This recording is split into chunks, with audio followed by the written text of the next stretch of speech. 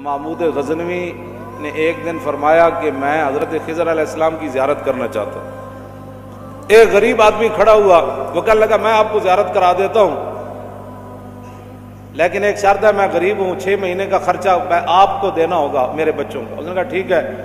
6 مہینے کے بعد محمود غزنوی نے اس کو بلایا، ہاں جی خضر علیہ السلام کی ملاقات کا کوئی وظیفہ مکمل ہوا؟ اس نے کہا جی کچھ وظیفے الٹ ہو گئے، 6 مہینے اور چاہیے۔ اس نے کہا ٹھیک ہے۔ سال کے بعد اس کو پھر حضرت محمود غزنوی بلایا، فرمایا ہاں جی خضر علیہ السلام نہ کوئی میری ملاقات کا امکان پیدا ہویا، تسی وظیفے جو کر رہے ہو دریا کے کنارے؟ انہوں نے کہا جی میں کہاں، خضر علیہ السلام کہاں، میں نے تو آپ کے ساتھ جھوٹ بولا ہے، غریب آدمی تھا تو پیسے میرا روٹی پانی چل گیا 1 سال۔ تو محمود غزنوی کا مجلس لگی ہوئی تھی، ہزاروں لوگ موجود، اس نے اپنے ایک وزیر کی طرف اشارہ کر کے کہا بتاؤ بھائی جو بادشاہ سے جھوٹ بولے اس کی کیا سزا ہے؟ وہ وزیر کہنے لگا کہ اس کو قتل کر دیا جائے۔ محمود غزنوی کے مجلس میں ایک نورانی چہرے والے بزرگ بیٹھے تھے، انہوں نے کہا بادشاہ سلامت، اس نے بالکل ٹھیک کہا۔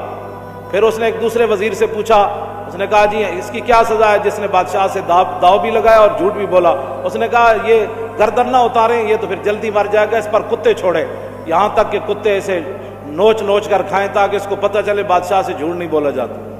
تو وہ بزرگ نورانی چہرے والے کہنے لگے بادشاہ سلامت، اس نے ٹھیک کہا۔ پھر اس نے حضرت ایاز کو کہا، حضرت ایاز کو کہا کہ ہاں جی آپ بتائیں۔ اس نے کہا بادشاہ سلامت، ایک غریب آدمی تھا، اس کے جھوٹ بولنے سے آپ کے وقار میں کوئی کمی نہیں آئی، اور 1 سال پیسے دینے سے آپ کے خزانے میں کوئی کمی نہیں ہے، یا آپ اس کو معاف کر دیں۔ وہ نورانی چہرے والا بزرگ کہنے لگا بادشاہ سلامت بالکل اس نے ٹھیک کہا۔ محمود غزنوی نے ان بزرگوں کو قریب بلایا، انہوں نے کہا یہ کیا بات ہے، جو گردن اتارنے کا کہتا ہے وہ بھی ٹھیک ہے، جو یہ کہتا ہے کہ کتے چھوڑ دیا جائے وہ بھی ٹھیک ہے، جو معافی کرتا ہے۔ اس نے کہا کہ جس نے کہا نا گردن اتار دو، یہ اس کا خاندان تھا کسائی، تو اس نے اپنے خاندان کا اظہار کیا ہے، گردنیں اتارنے کے عادی ہیں، اور کہا کہ غلطی تو تیری ہے جیسے تو نے ایسے لوگوں کو وزیر بنایا۔ اس نے کہا جس نے کتوں کا کہا نا کتے چھوڑو، اس کے آباء و اجداد بادشاہوں کے کتے نہلایا کرتے تھے۔ اس نے اپنے خاندان کا اظہار کیا ہے، اس نے اپنی فطرت اپنے خون کا بتایا ہے، اور کہا کہ رہ گیا ایاز، یہ سید ہے اور سید کربلا میں لٹے بھی گئے، تو اف نہیں کی۔ جب یہ کہا نا یہ سید ہے تو محمود غزنوی کرسی پر کھڑا ہو گیا، وہ کہنے لگا ایاز تو نے آج تک بتایا ہی نہیں میں آل رسول ہوں،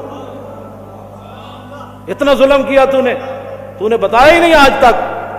حضرت ایاز فرمانے لگے کہ اچھا میرا راز ان بزرگوں نے کھولا تو میں بھی آپ کے سامنے ایک راز کھولنا چاہتا ہوں۔ انہوں نے کہا جی وہ کیا ہے؟ انہوں نے کہا یہ جو بزرگ ہے نا یہ خود حضرت خضر علیہ السلام ہے۔